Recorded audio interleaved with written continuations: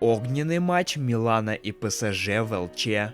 Санчо удалили из чата МЮ. Дуглас Коста может вернуться в европейский футбол. Обо всем этом и многом другом вы узнаете в этом ролике. А перед его началом я хотел бы сказать, что у меня есть группа ВКонтакте и телеграм-канал, в которых выходят актуальные новости из мира футбола. Ссылки на них вы сможете найти в описании к этому ролику.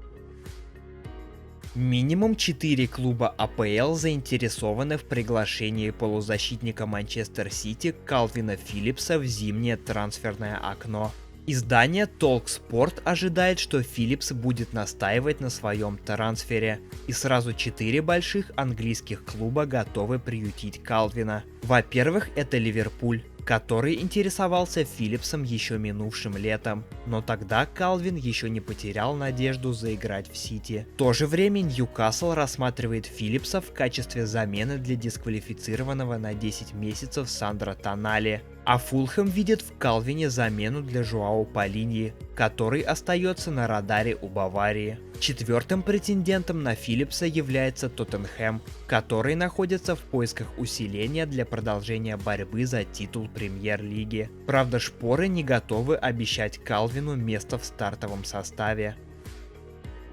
Ришарлисон сообщил, что ему предстоит перенести операцию. Конечно, я ожидал сыграть сегодня, поскольку это была важная игра, классическая.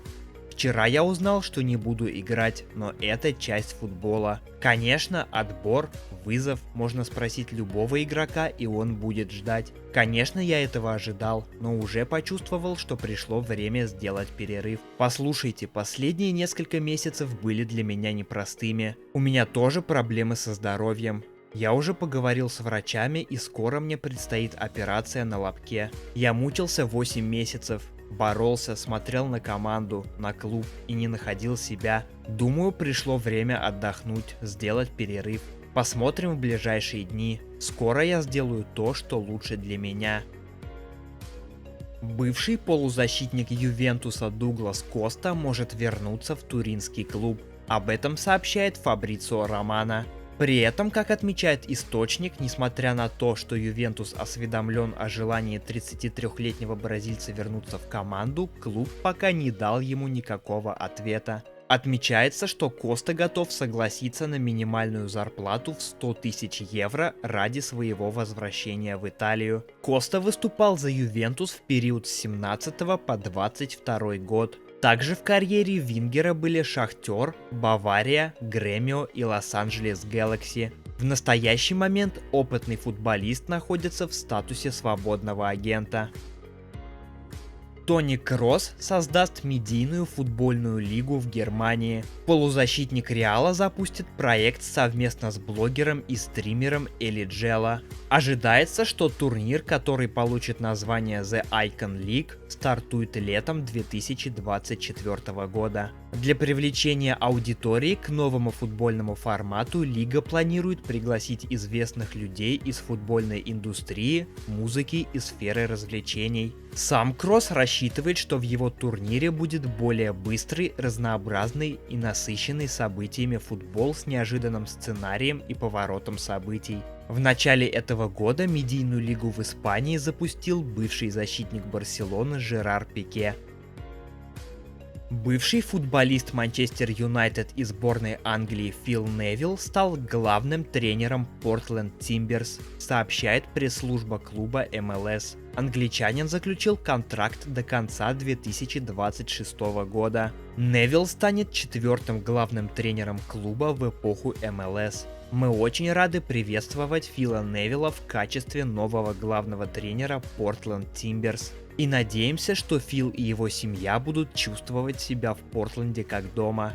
Характер Фила делает его подходящим человеком для того, чтобы вести эту команду вперед. Его лидерские качества, богатый тренерский опыт и стремление к развитию сделали его прекрасно подходящим для нас здесь, в Портленде, сказал генеральный менеджер клуба Нет Гробовой.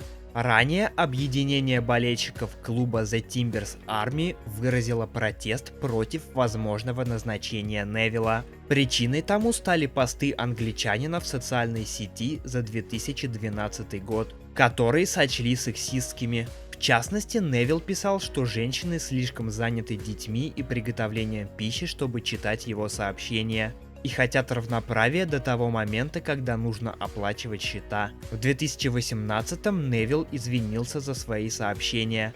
В том году он стал тренером женской сборной Англии. Полузащитник Манчестер Юнайтед Джейдон Санчо был удален из командного чата Красных Дьяволов.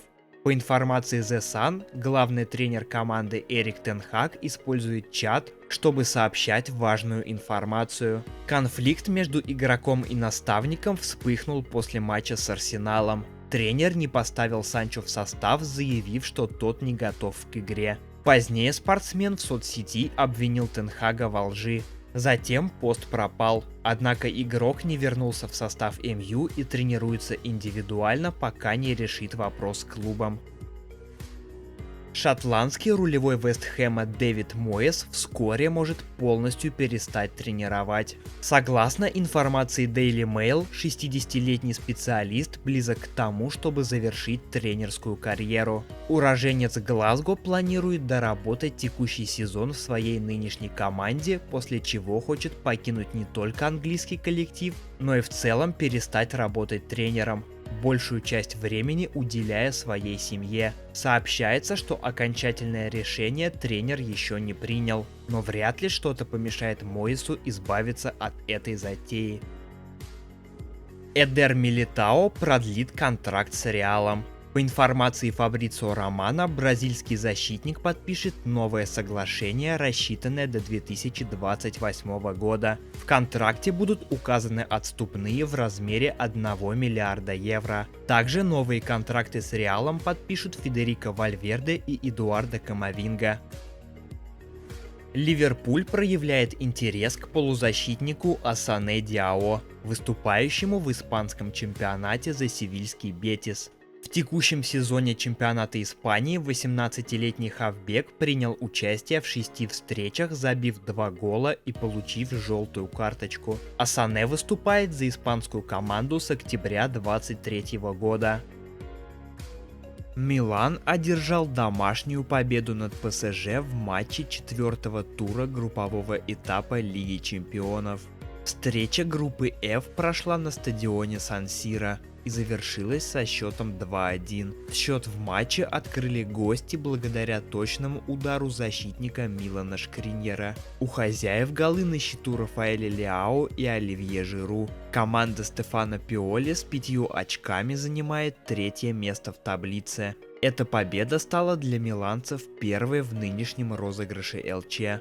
ПСЖ располагается на 2-й строчке с 6 очками.